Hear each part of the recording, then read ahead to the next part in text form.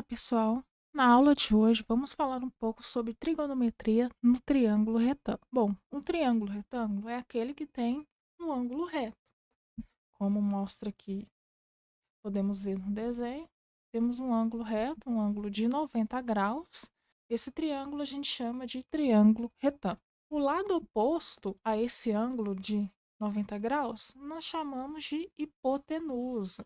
E a hipotenusa é considerada o maior lado do triângulo retângulo. E os outros dois lados nós chamamos de cateto. Continuando ainda o assunto de triângulo retângulo, vamos falar agora sobre o teorema de Pitágoras. Como está escrito aqui, em todo triângulo retângulo, a soma dos quadrados das medidas dos catetos é igual ao quadrado da medida da hipotenusa.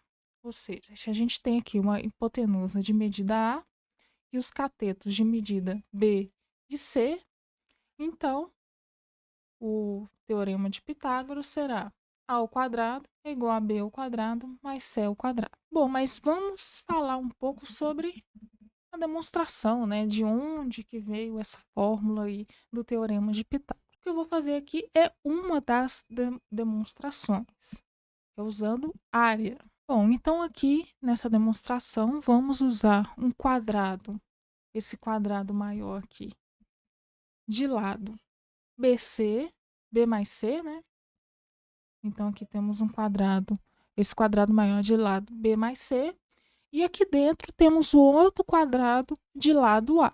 E também temos aqui, né, subdivisões, que são 4 triângulos retângulos aqui de lado BC. Se a gente soma as áreas, o que vamos obter? Bom, temos 4 triângulos retângulos. Então, calcular 4 vezes a área de um triângulo retângulo, né? São 4 áreas, então a gente pode multiplicar aqui por 4 a área de 1. Então, como é que calcula a área de um triângulo? É base vezes altura dividido por 2. Então, temos C vezes B dividido por 2. Como são 4 triângulos retângulos, então multiplicamos por 4. E ainda temos esse quadrado interno aqui, menor, de lado A. Então, a área desse quadrado vai ser lado vezes lado, A ao quadrado. E tudo isso, né, a soma desses 4 triângulos retângulos, das áreas desses 4 triângulos retângulos, mais a área desse quadrado menor, vai resultar na área do quadrado maior de lado B mais C. E qual que é a área? Como é que a gente calcula a área desse quadrado?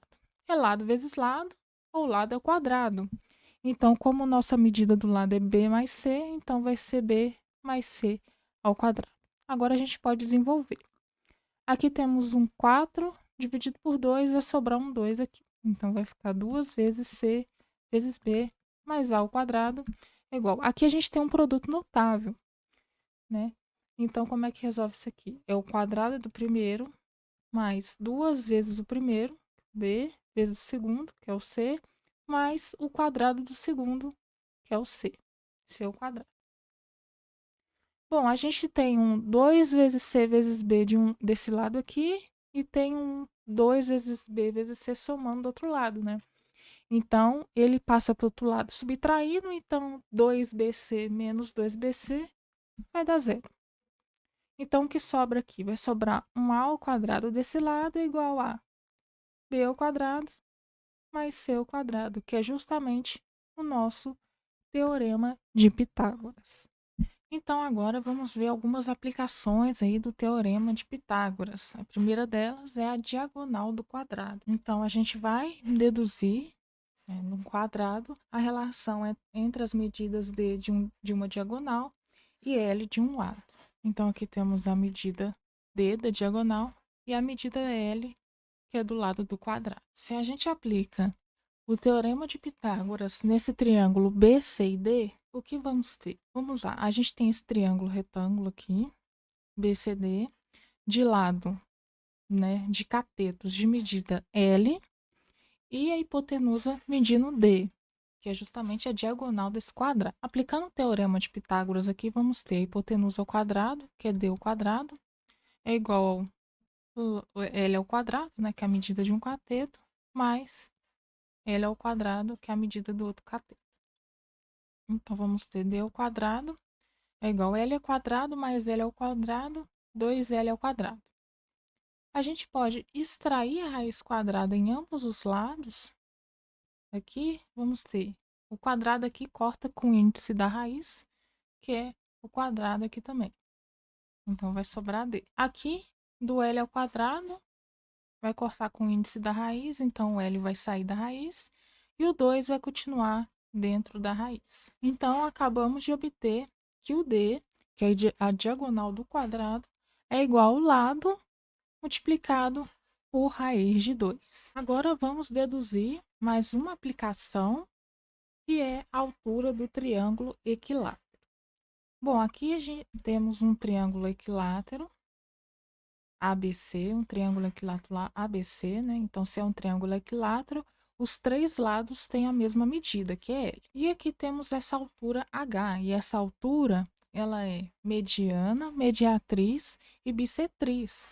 Então, se ela é mediana, divide o lado ao meio. Então, aqui vamos ter uma medida de L sobre 2, e aqui também L sobre 2. E o lado todo vale L.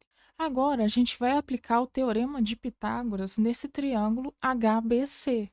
Então, se a gente aplica o teorema de Pitágoras aqui, como é que vai ficar? A hipotenusa desse triângulo vai ser L, né? Então, é L ao quadrado, que é igual a medida de um cateto é H, que é a altura, né? H ao quadrado, mais a medida do outro cateto ao quadrado.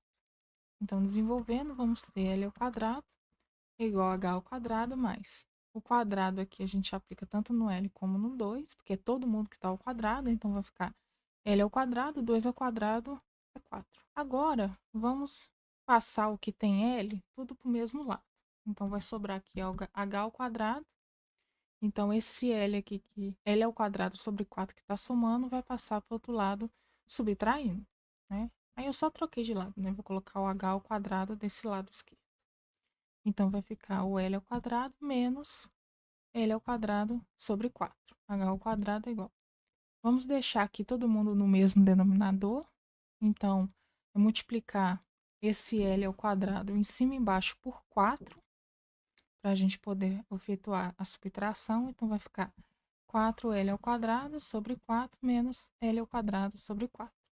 Agora sim podemos efetuar a subtração aqui, porque ambas as frações estão no mesmo denominador, que no caso aqui é o 4. Então, vai ficar H ao quadrado é igual 4L ao quadrado menos L ao quadrado, vai ficar 3L ao quadrado sobre 4.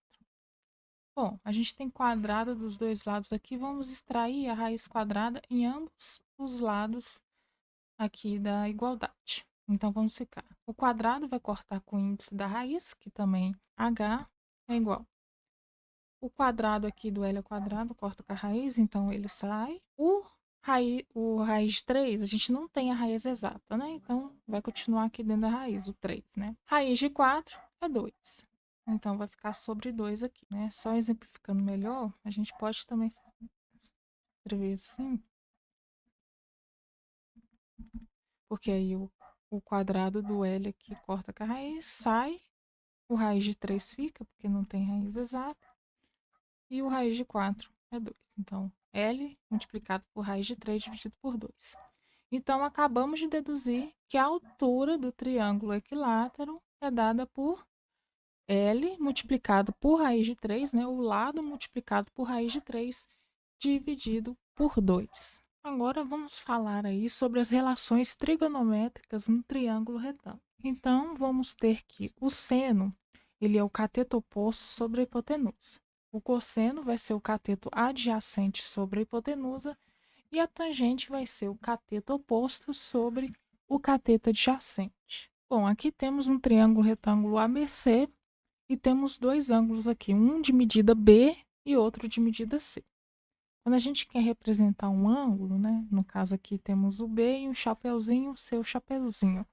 É porque a gente está se tratando de um ângulo, certo? Aqui um ângulo B e aqui um ângulo C. O ângulo B é o ângulo interno do vértice B e o ângulo C é o ângulo interno aqui do vértice C.